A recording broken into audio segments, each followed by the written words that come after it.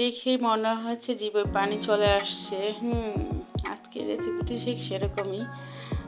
এত মজাদার একটা রেসিপি তোমাদের মাঝে নিয়ে আসছি যে দেখেই জিভে পানি চলে আসবে। আর এটা পরোটা বলো, রুটি বলো বা ভাত বলো, খিচুড়ি বলো, যেটা দিয়েই খাও না কেন একদম পারফেক্ট।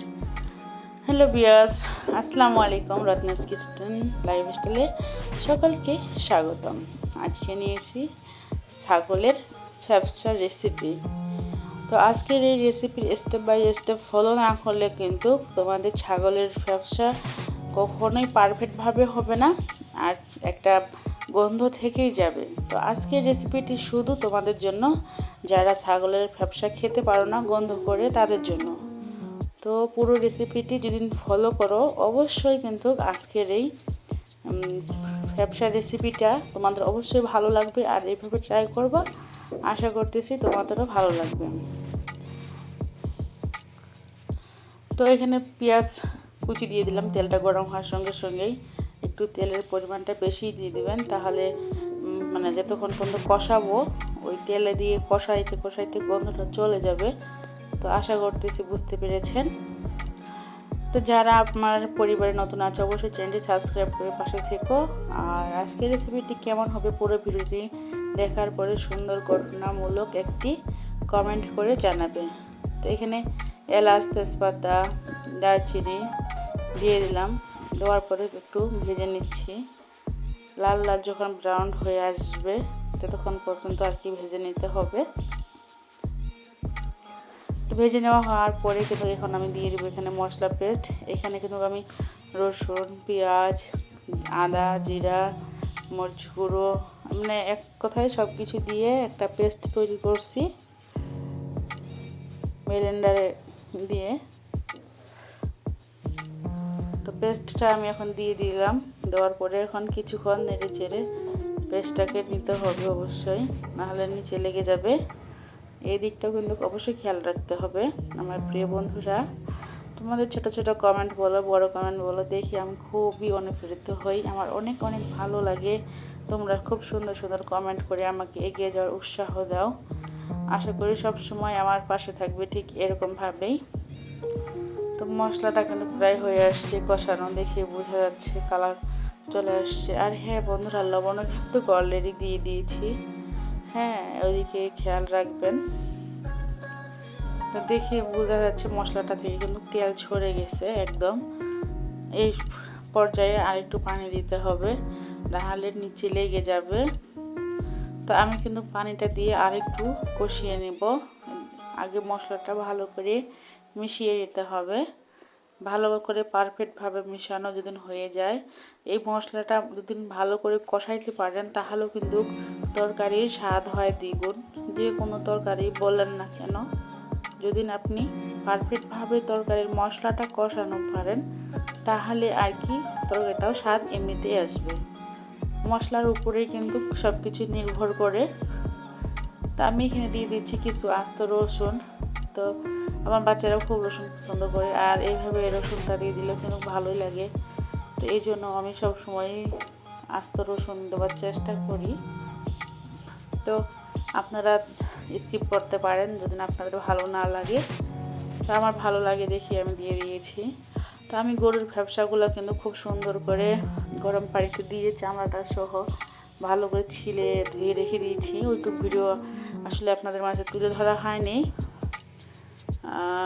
আমি কিন্তু খুব সুন্দর করে পারফেক্টলি যে ফ্যাপসাটা ছাগলের সেটা আমি ধুয়ে রেখেছি, মানে ক্লিয়ার করে রেখেছি, একদম মানে পরিষ্কার হয়ে গেছে। না হলে কি যদি আপনারা যে ফ্যাপসার উপরে যে একটা ছাল থাকে ওটা উঠিয়ে না ফেললে কিন্তু কেমন একটা পর্দা পর্দা টাইপের হয়ে যায়।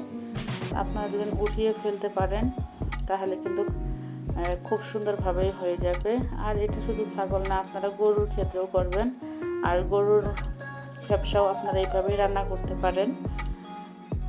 তো একটু শুধু ভিন্ন আছে, বাকি সব কিছুই একই রয়ে যায়। কারণ ছাগলের মাংসের, ছাগলের ফ্যাপসা, ছাগলের কলজা এগুলো একটু গন্ধ করে বেশি গরুর তুলনায়। তো আমি কিন্তু ঢাকা দিব না, এটা হলো মেন কারণ। কারণ ছাগলের যে একটা গন্ধ থাকে, ঢাকা দিলে কিন্তু ওই গন্ধটা আবারও ফ্যাপসাটার মধ্যে চলে আসবে, মানে অ্যাডজাস্ট হয়ে যাবে, বাইরে বের হতে পারবে না গন্ধটা। এই জন্য আমি ঢাকনা খুলে কমপক্ষে মিনিমাম 10 মিনিটের মতো ভেজে নিতে হবে। আপনারা চাইলে আরও ভেজে নিতে পারেন। এটা যত ভেজে নেবেন, যত কষিয়ে নেবেন, এটার গন্ধ তত কমে যাবে। আমি কিন্তু ঠিক সেরকম করেই আজকে আপনাদের দেখাবো যে ঠিক কিভাবে কষিয়ে রান্না করলে কোনো রকমের গন্ধই থাকে না, কেউ বুঝতেই পারবে না যে এটা ছাগলের ফ্যাপসা। সবাই আঙুল চেটে বুটে খাবে, এতটা মজাদার হয়। আসলে আপনারা না করলে বুঝতে পারবেন না। সত্যি বলতে আপনারা অবশ্যই ট্রাই করবেন এই রেসিপিটা। দেখুন আমি কিন্তু ভাজতে ভাজতে একদম কালার কিন্তু একদমই চেঞ্জ হয়ে আসছে। দেখে বোঝা যাচ্ছে কতটা কালার চেঞ্জ হয়ে আসছে, অন্যরকম হয়ে গেছে একদম ভেজে ভেজে। তো এই পর্যায়ে একটু পানি দিয়ে দিব সেদ্ধ হওয়ার জন্য। যেহেতু আমি আগেই সেদ্ধ করে নিয়েছিলাম, তাই একদম অতিরিক্ত বেশি পানি তাও দিব না। যেরকমটা প্রয়োজন মিডিয়াম মাপের ঠিক ততটুকুই পানি দিব। পানি দেওয়ার পরে আমি ভালো করে মশলাটা মিশিয়ে নিয়ে কিছুক্ষণ রান্না করে নেব। এই পর্যায়ে আমি কয়েকটা আস্ত কাঁচামরিচ দিয়ে দেবো ভেঙে ভেঙে হাতের সাহায্যে। তো এইভাবে যদি আস্ত কাঁচামরিচগুলো এভাবে ভেঙে দেওয়া যায়, এটা কিন্তু ফ্লেভারটা খুব সুন্দর আসে, খেতেও ভালো লাগে। আপনারা চাইলে স্কিপ করতে পারেন, কিন্তু আমার এইভাবে দিলেই ভালো লাগে, খুব সুন্দর লাগে, তাই আমি এইভাবেই দিলাম কয়েকটা। তো আমি এখন ঢাকাইয়ে কিছুক্ষণ রান্না করব। আপনারা শুধু স্টেপ বাই স্টেপ লক্ষ্য করতে থাকুন। তো এই পর্যায়ে ঢাকিয়ে দিতেই হবে, কারণ না হলে সেদ্ধ হবে না। আর যে গন্ধটা চলে যাওয়া সেটা কিন্তু অলরেডি চলে গেছে, কারণ ভেজে নিয়েছি আমি অনেকক্ষণ, তাই আর সেরকম গন্ধ একদমই নেই। চলে এলাম আবারও। দেখুন এই পর্যায়ে আমি একটু জিরে গুঁড়ো দিয়ে দিলাম, ধনিয়া গুঁড়ো, জিরে গুঁড়ো। এটা হলো ইম্পর্টেন্ট, একটু বেশিও দিবেন না আবার কমও দিবেন না। বেশি দিলে গন্ধ করবে, আর কম দিলে ফির একদমই ভালো লাগবে না। তো মাপ মতো দিয়ে দিবেন। তো আমি কিন্তু এখানে 3টা ছাগলের ফ্যাপসা নিয়েছিলাম। ছাগলের ফ্যাপসাগুলো একটু ছোটোই হয়, তার জন্য 3টাই লেগেছিল আর কি। 3টা নিয়ে আসছিল, 3টাই রান্না করেছি। গরুর ফ্যাপসা কিন্তু বড়, ওই ক্ষেত্রে একটা দিয়ে হয়ে যায়।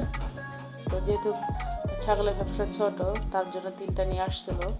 তো 3টাই আর কি রান্না করা হয়েছে।